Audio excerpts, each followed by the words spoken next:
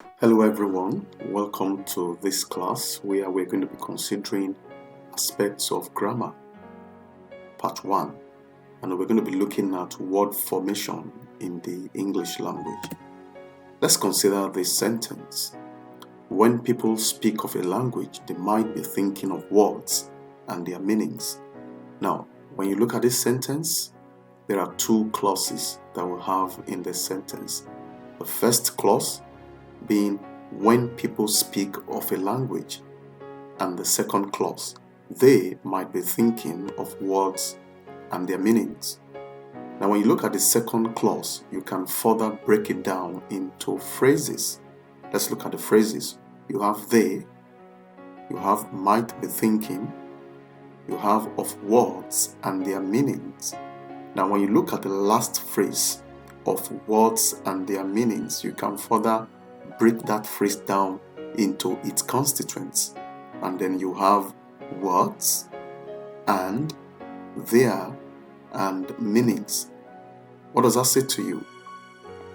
It means that sentence can be broken down into clauses. Clauses can further be broken down into phrases, and phrases can be broken down into words. And even words can further be broken down into their smaller bits. So what we have said so far is that the English language has a rank scale. The upper limit of that rank scale is sentence, while the lower limit or the lowest limit is a morpheme. So let's look at it again. You can have a sentence. A sentence can be made up of clauses. A clause can be made up of phrases, a phrase can be made up of words, and words can be further broken down into their smaller bits. So let's look at words and their constituents.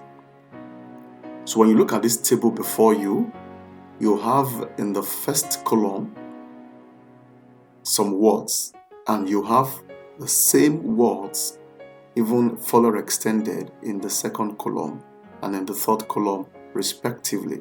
So in the first line, A, you have teach, you have teacher, then you have teachable. In number B, you have magnet, magnetize, then you have demagnetization. C, you have liquid, liquefy, liquefied. Then the last one, you have cool, cooling, and coolant. Now, what you will find with these words that are on the same line horizontally is the fact that they are related. So when you look at the examples from A to C, you can say the meaning of the word in the column 1 is included in the words in columns 2 and 3. For instance, we are saying that the meaning of teach, you can also find it in teacher and teachable. So, but when you look at the words in the first column, you will notice that they cannot be further broken down into smaller units which carry meaning. So, what does that say to you? It means the words in the first column are referred to as morphemes. So, morphemes are the smallest units of meaning in a language, and there is a possibility of a word containing more than one morpheme. So when you look at the first column, you have the words teach, magnet, liquid, and cool. They are the smallest units of meaning of those words. You can't further break them down. But if you look at the second column, you have more than one morphemes there. You have teacher, teach plus ER. You have magnetize, magnet plus IZE. You have liquefy. You have cooling. Then in the third column, you have teachable, demagnetization, liquefy, coolant. Now there you have more than one morpheme. So when you talk about morphemes, what are you referring to?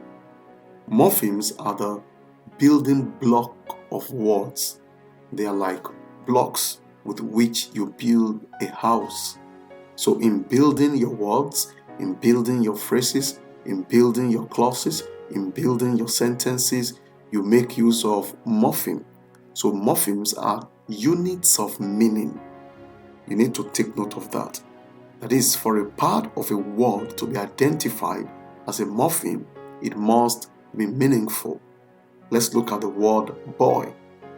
Boy connotes the meaning of a young male human. You can't further break it down. So the word boy is a morpheme. But when you look at boys, you have two morphemes. It contains the meaning of a young male human, and it also connotes the fact that we have more than one. So boys has two morphemes, boy and morpheme S. That S is a marker for plurality. Let's look at the word flexible. It also has two morphemes, flex, which means to bend, and able, which means able to. So when you look at syllables and morphemes, how do you count them? Are they the same thing? Is the same? Will you say syllables are the same as morphemes? No. Let's look at the word magnet. In the left column, you have magnet. Magnet. In terms of syllable, you have two syllables in the word magnet. But in terms of morpheme, you have only one morpheme, magnet. Do you know the reason why? You can't break down magnet into mag and net, and then you say you have meaning with the word mag representing magnet, that piece of iron or that piece of metal that can attract iron. Look at the second word, demagnetization. So if you count it, how many syllables do you have in that word, demagnetization? Demagnetization. So you have 6 syllables. But in terms of morphemic analysis, you have only 4 morpheme, demagnetization. You have D, you have magnet, you have Z, I-Z-A, then you have T-I-O-N. So in terms of morphemes, you have 4 morphemes in the word demagnetization, while you have 6 syllables in the same word.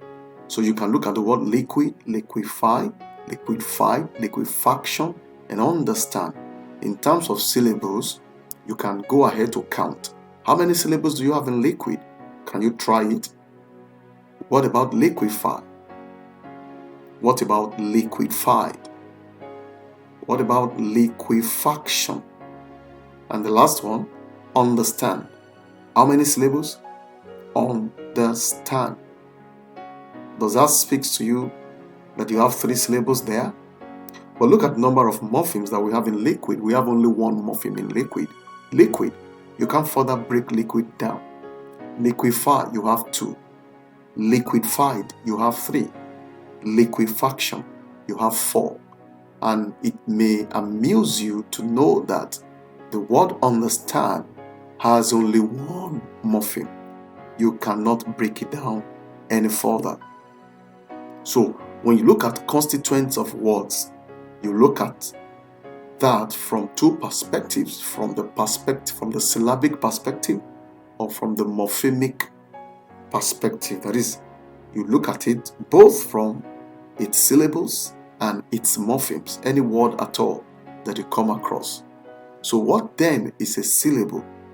A syllable is simply a bit of utterance. It is a unit of spoken language that you utter in one breath. On the other hand, morpheme, like we have said, is the smallest linguistic grammatical unit that is meaningful. Or you can say the smallest grammatical unit that is meaningful, or the smallest linguistic unit that carries a meaning. So when you look at the various methods of word formation that you have in English, we're going to be looking at these 5 methods of word formation. The first one is translingual borrowing. The second, alphabetism. The third, acronymy. Take note of the spelling, acronymy. not acronymy, not agronomy. It is acronymy. Then the fourth one, affixation. And the last one, compounding. So let's look at this one after the other. Let's begin with translingual borrowing. This simply means that a word is borrowed from a source language into another language. That is, you borrow a word from one language into another language. It's called translingual borrowing. That is, trans meaning across, lingua meaning words, linguistics, and then borrowing. You borrow a word, you carry its meaning across from one language to the other language. It will interest you to know that the word kwashiorkor is not originally English. It was borrowed from a language in Ghana. Isn't that interesting? The word kwashiorkor. Then the word tycoon. Have you heard about that word before? You've heard the phrase business tycoon. The word tycoon is not originally English. It was borrowed into the English language from the Japanese language. And that is the nature of English. Words are formed in English through the means of borrowing from one language into the English language. The English language has borrowed words from the Greek, from Italian language, from Spanish, from so many other languages. Let's see these examples in this table. Now, the word ara, which in the Yoruba language means thunder, is actually borrowed from the Arabic language. As you can see in that table, arad.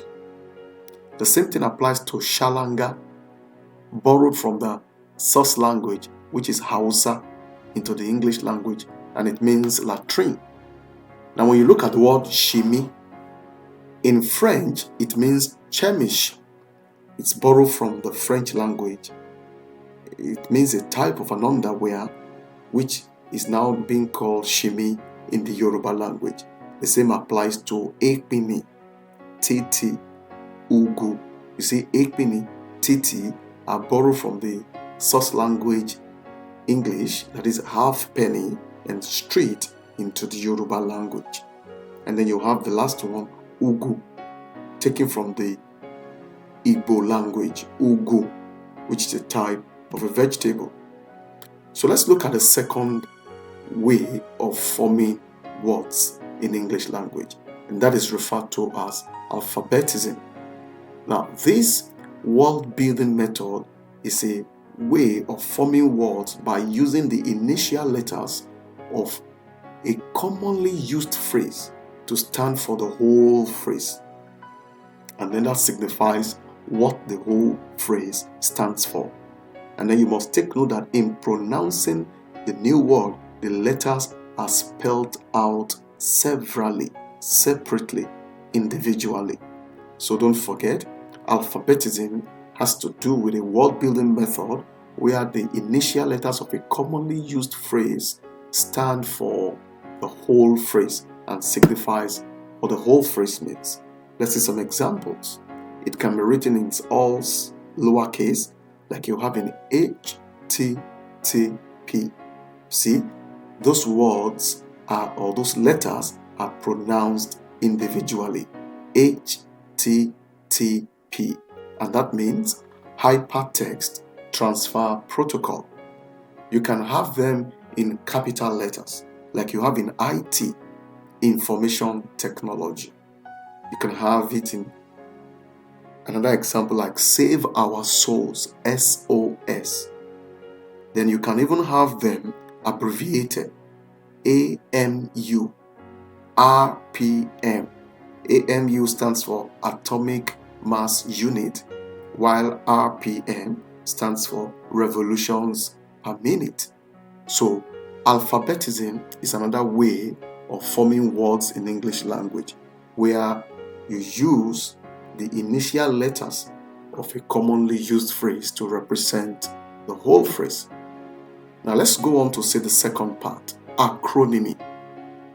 Acronymy is also formed from the initial letters of commonly used phrases, but the resulting string of words is pronounced all together as one word.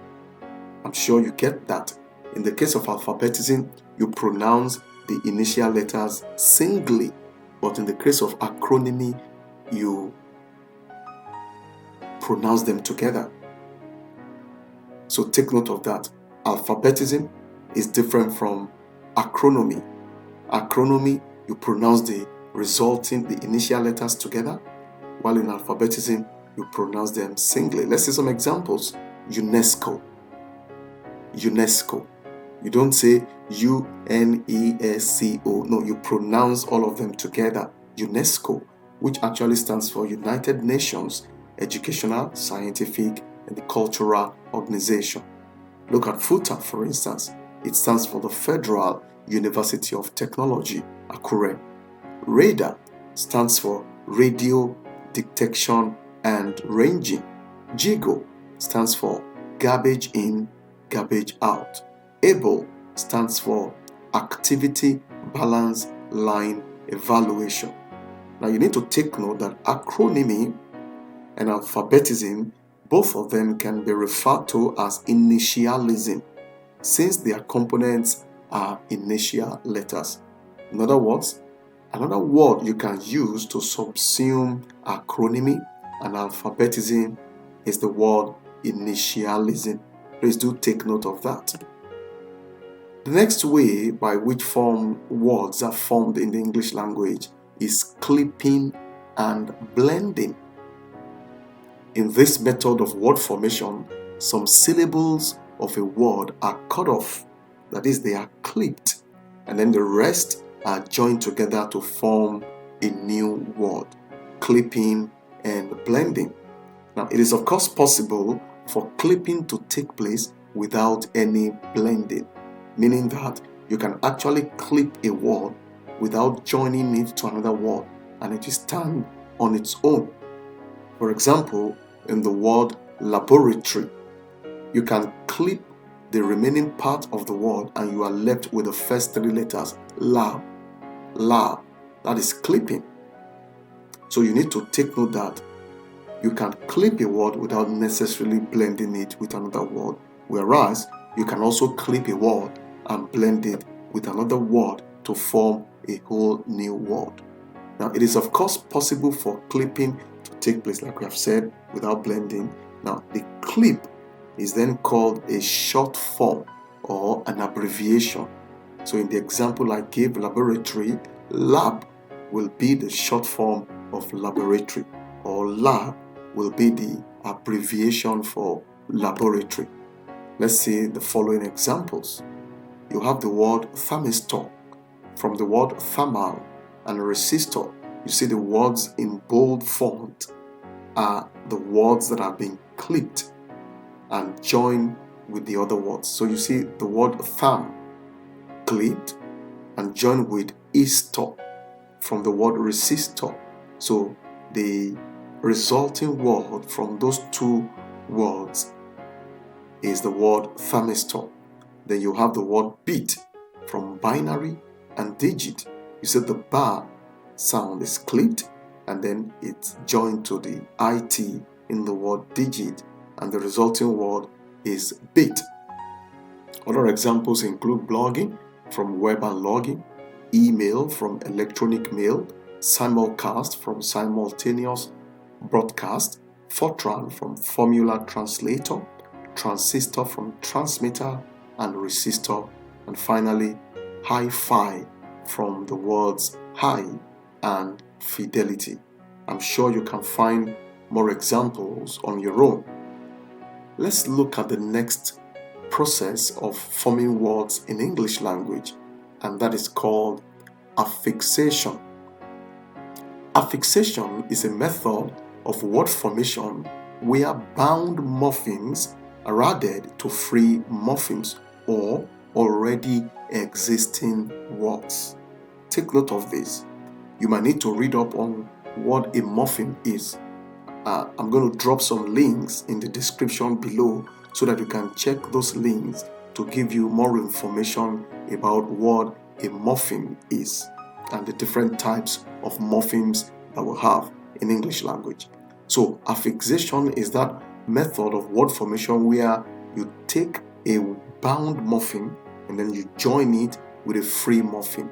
Don't forget, free morphemes can stand on their own, like the word teacher comprises two morphemes, teach and er.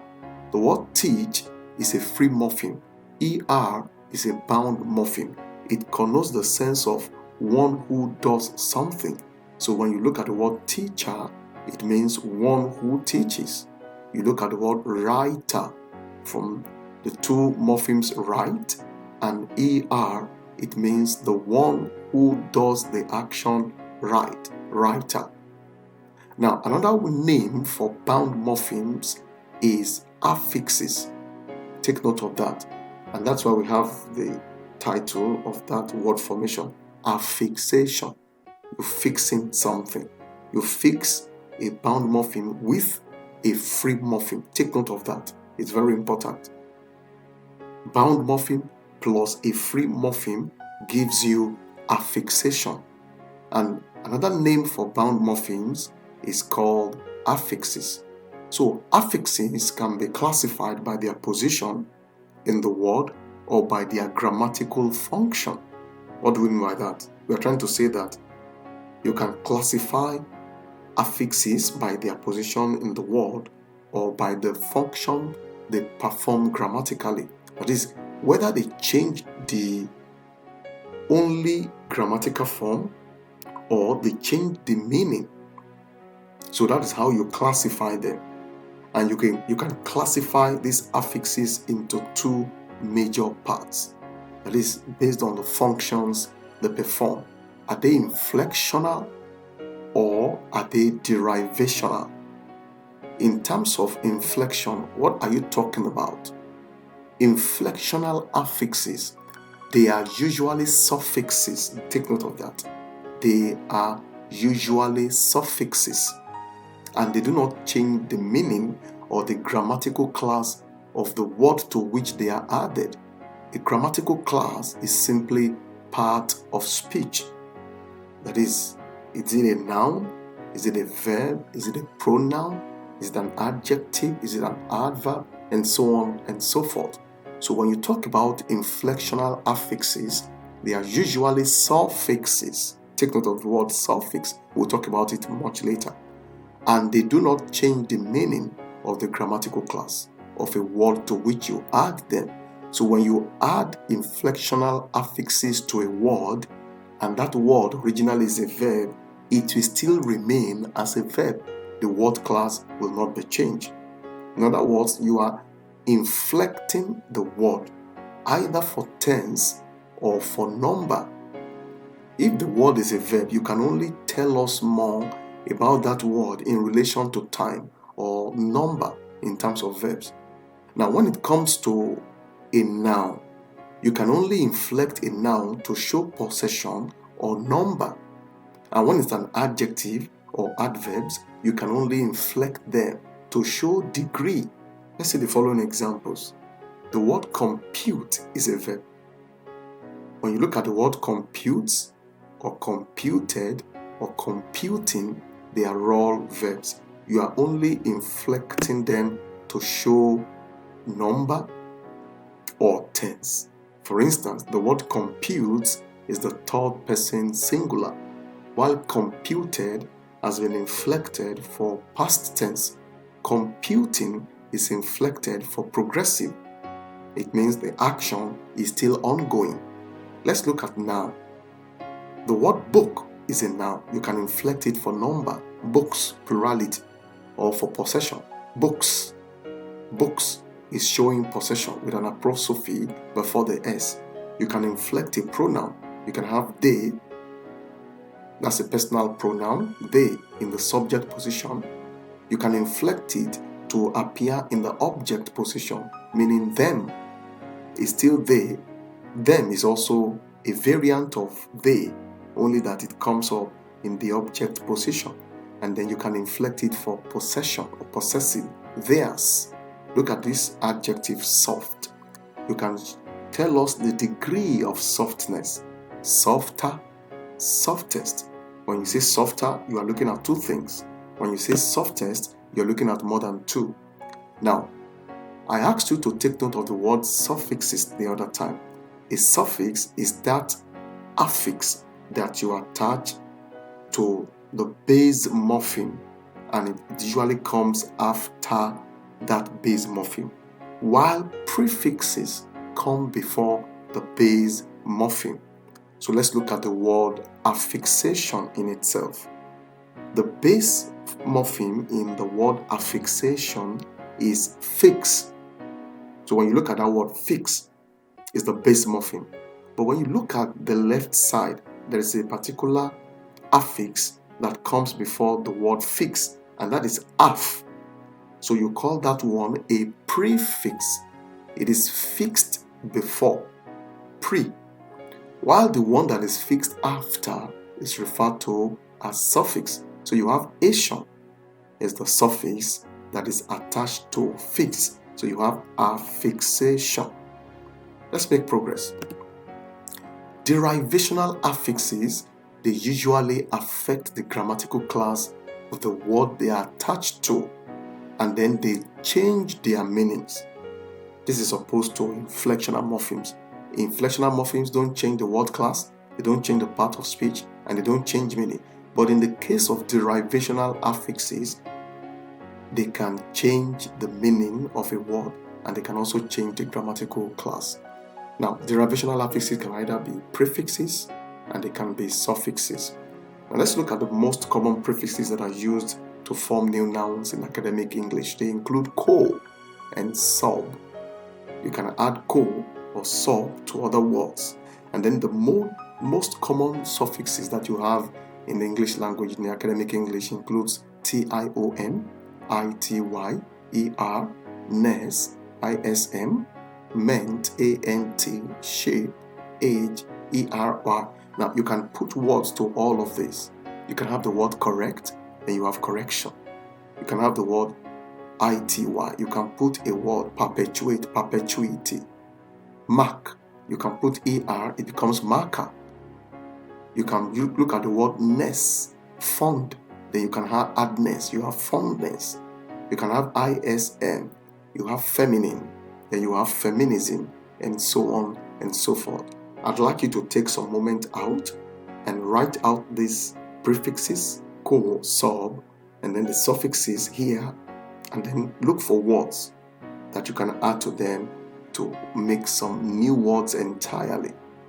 Fond, for instance, is an adjective, but by the time you add ness, it becomes fondness, which has changed into a noun. So, when you look at suffix, what have we said so far?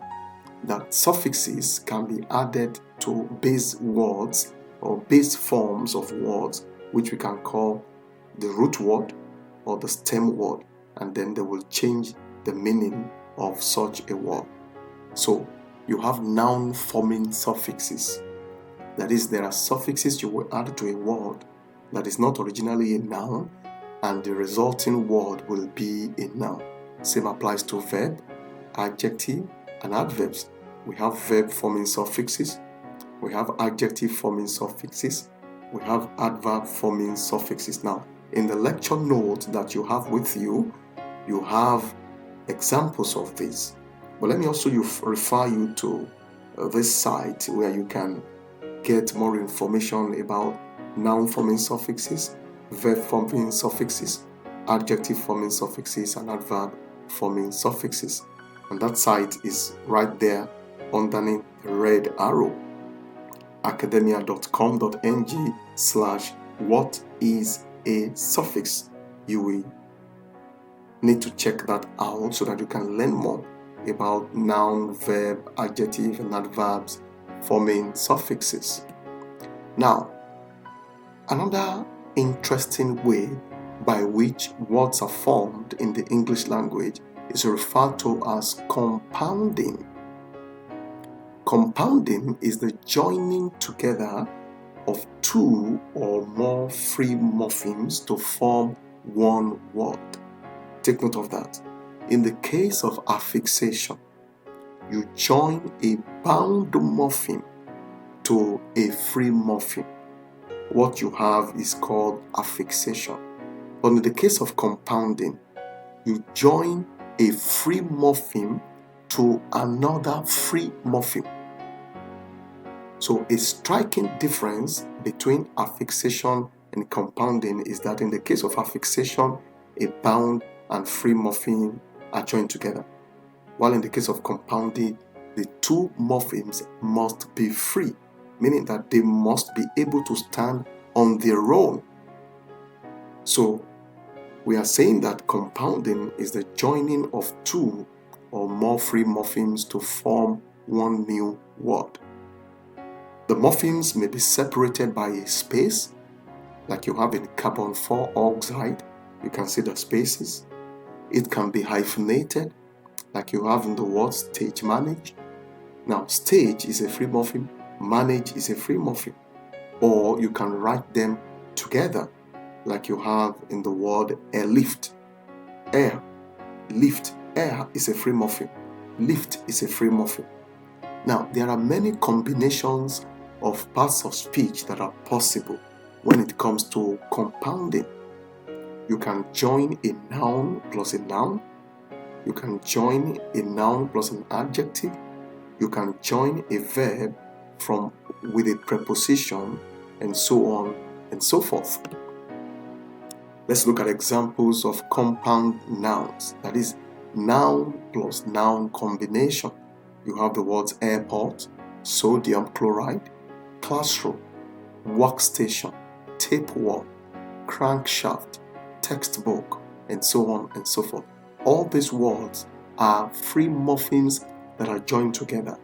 Air joined with pot, crank joined with shaft, text joined with book, and the resulting words that you have there are referred to as compound nouns. Let's look at verb and noun combination that will result into a compound noun. Typewriter. Type is a verb, writer is a noun. Carry cut, carry is a verb, cut is a noun. Pickpocket, pick is a verb, pocket is a noun. So by the time you join the two together, a verb noun combination, what you have is a compound noun. The same thing applies to preposition plus a noun combination, as you have in the words overview, oversight, undergraduate, underdeveloped, and so on and so forth. You can also have compound adjectives. That is, this word is an adjective, but it has been compounded by the combination of two free morphemes, which could either be a noun and a verb combination, like you have in these examples: waterborne, value added, rocket propelled, and so on and so forth.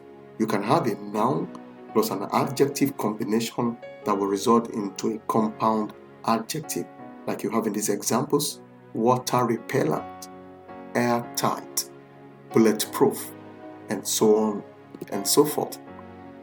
You can also have a preposition and a noun combination. Most of the times it could be a phrase that will result into a compound adjective, as you have in these examples: off the record. It was an off-the-record meeting. Over the counter. He purchased some drugs over the counter. You can have a preposition plus an adjective combination, like you have in off-white, and you can also have an adjective plus a noun combination, as you have in the words full-time, long-term, and so on and so forth. So let's look at compound adverbs. That is, these words are adverbs that have been formed by compounding two or more free morphemes. For instance, the word moreover, more plus over, however, nonetheless. Look at that, none, the, and less, all pulled together to form the compound adverbs, nonetheless. You have furthermore, you have meanwhile, and so on and so forth. You can also combine a determiner plus a noun or the WH forms to form a compound adverbs, as you have in the word anyhow, somewhere, nowhere, sometimes, anytime, and so on and so forth. If you look at these compound adverbs, they have been joined together using a determiner and a noun. Some, where, any, how, now, and where or no, where. You have some, then you have times, and so on and so forth. You also have compound verbs that can be formed also. You can have a preposition verb combination, meaning the first word will be a preposition and the second word will be a verb, and by the time they are joined together, they result in a compound verb. Let's see some examples. Outvote, overreact, oversleep, overwork, undersell, undervalue, and so on and so forth. You can also have a noun plus a verb combination, as you have in airlift, sunbath, and so on and so forth. You can also have adjective plus a verb combination, like you have in the word shortlist. Short is an adjective, list is a verb, so you have shortlist. You can also have proofread. In the past tense, it will be proofread, and so on and so forth. So thank you for listening to this lecture. Kindly subscribe to this site, this YouTube channel, for more interesting lecture on the English language. Thank you very much.